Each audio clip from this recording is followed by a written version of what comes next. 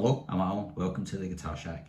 So today's video is build video of a part Stratocaster that I'm putting together for a repeat customer of mine that I've done quite a few bits of work for and builds for. He likes his Stratocasters. He also has quite a clear preference for a narrower neck, and we'd been talking about this body, which has been hanging on the workshop all for a few months. So this is a very nice candy apple red alder Strat body. It's not Fender. I don't think it's. I'm sure it's not Squier. I think it's one of the Southeast Asian manufacturers. But it's in nice condition. It's got nice paintwork and it's all dimensionally correct. And it's a nice weight as well, and it's routed for humbucker. So that was the starting point. And then I've also got this neck, which is Squier Classic Vibe 60s. So it's got the Laurel fingerboard, and this fits the customer's sort of requirements. He likes a narrower neck carve, so he's happy with this. So I'm going to build this up. So that'll go together like so. I've then got a white pearl pickguard which is going to go on, and as you'll see that's HSH. So to go in the pickguard we've got an Iron Gear Hot Slag humbucker that will go in the neck, the bridge, and then I've got the neck and bridge pickup that came from the Classic Vibe, the Squier. So these are decent Alnico 5s, allegedly made by Tone Rider. So they'll go in the neck and the bridge, so the neck in the middle. And then we've got this decent full-sized trim. So this is a Wilkinson, it's nice and chunky. So that's going to slot in there.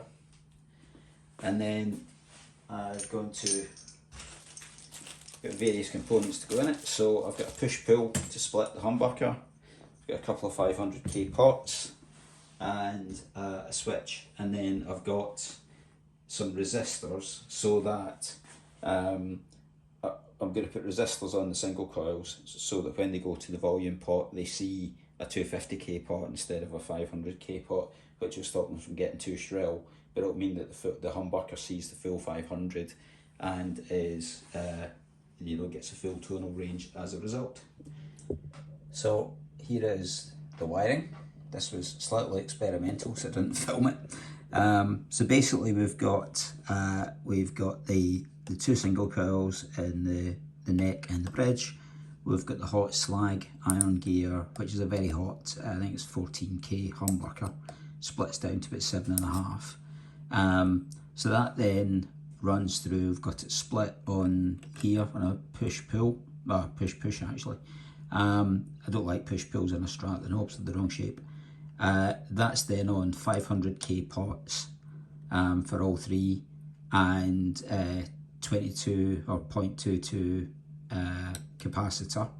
And then because we've got the single coils going through the 500k, I've then got these 470k resistors in line with the middle and neck pickups, bringing them to earth, so on the back of the pot. So that should then mean that they are effectively seeing a 250k pot, and therefore should sound less shrill than they would be if they were straight into 500k. So that's the wiring. It all works on the multimeter. We'll see what it sounds like when we get the rest of the guitar wired up. So here's the completed body. So this is all wired up and tested. All works correctly as it should. I like the pickguard with the candy apple red. The knobs are temporary. I don't have any of the right colour. I'm sure the customer will. So just to give them a functional guitar. So on with the neck. So onto the neck. So it's an Indonesian made Classic Vibe 60s with an Indian Laurel board. So I've just been giving it a little bit of just checking out the edges. It's just needs a bit of fret dressing along the edges. I will check it for level, and it needs a new nut. The low E is you probably can't see it, but it's chipped away quite badly and it's far too low. So new nut going in, and then we'll get this cleaned up, dressed, and get it fitted. So I whipped out the nut, and then I went over all the frets with the fret rocker, and there was 4 or 5 high frets. So a couple of them tapped down, and then the others are spot levelled, and then crowned and then polished all the frets, dressed up the fret ends a little bit as well. So the neck's now good to go. And then the final touch is treating the board with Monte Presso. So for the nut, the issue is that the nut slots in the original ones are cut too wide, and you can see, well, you probably can't see, but the high E is cut way too deep, and as a result of that, you can possibly see there the others are sitting there, but that's where the high E is. So that's basically sitting far too low. So I have a pre-cut bone nut, or composite bone nut, which is the correct spacing already, which is good, and in depth terms is not a million miles away. So we'll see how we got on with that, but the issue is that it's going to be too wide, so I just need to shave it down.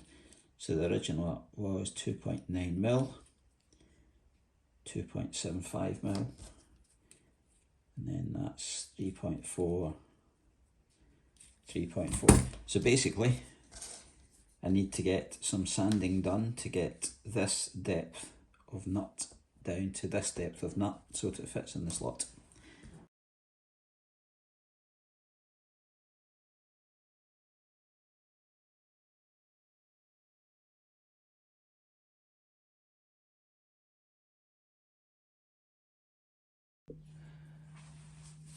So that's the new nut blank fitted. So the rest of the process is with the strings on, and then we bring the individual string heights to where they should be.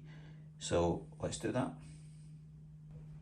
So here's the end result. So put a new nut on it, did a bit of fret work, nothing major, bit of spot levelling, and dressed the ends. Built it up with this candy apple red body. So we've got an Iron Gear splittable humbucker. We've got the original classic vibe pickups in there, and the Wilkinson bridge. And it's a very attractive wee guitar. The only thing that I'm slightly reacting to from an OCD point of view is these knobs and switch. So I'm hoping that he's going to change those as soon as he gets it.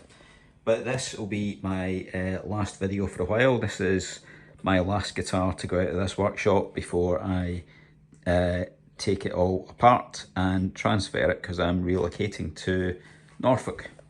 So you'll probably see me back in my new shack in the new year, but not before then, so don't worry, I haven't disappeared. You'll still be getting me dribbling on about Strats and tellies for a long time to come. Okay, all the best, bye.